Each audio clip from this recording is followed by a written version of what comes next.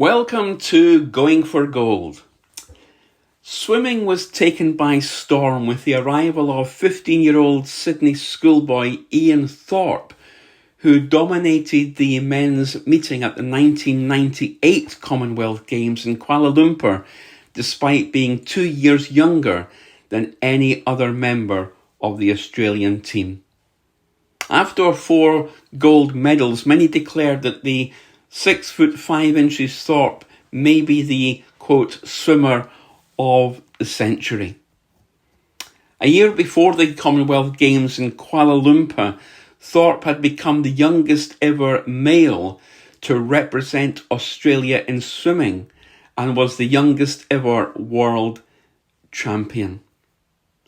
Thorpe's first gold medal of the 1998 Commonwealth Games came in the 200 metres freestyle, where he won in a time of 1 minute 46.70 seconds, just 100th of a second outside of Italian Giorgio Lamberti's world record.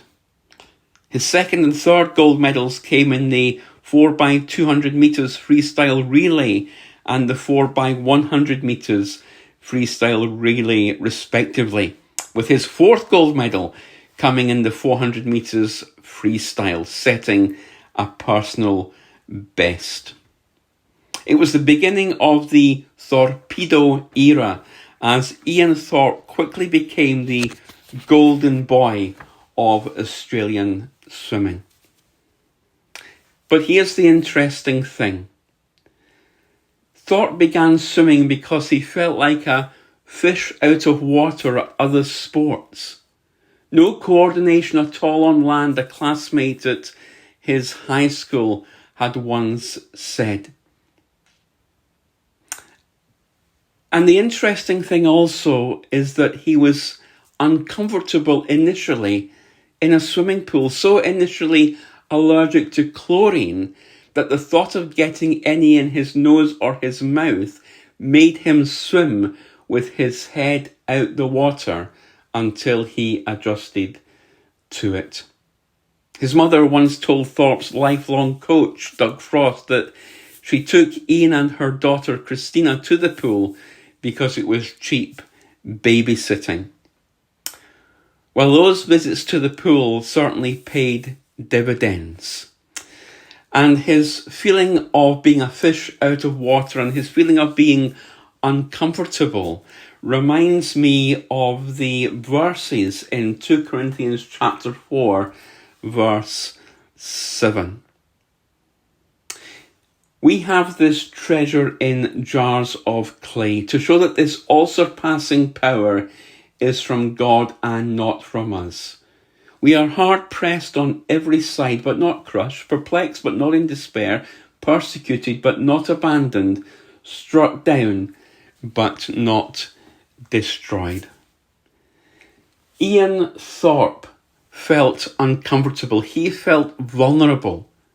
Just as a clay jar, if dropped, is easily broken.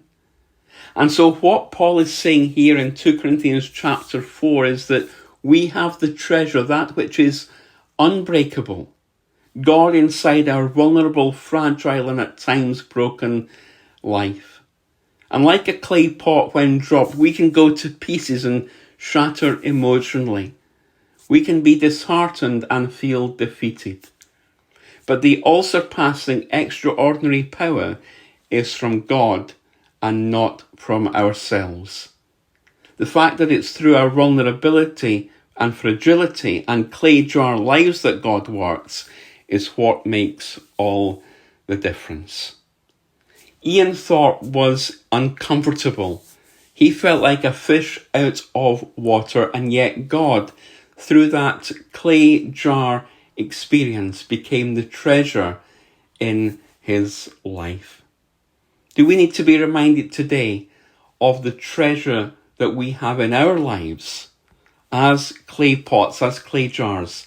That treasure is Jesus Christ. Whatever uncomfortable situation we're going through, Jesus provides that comfort in our vulnerability.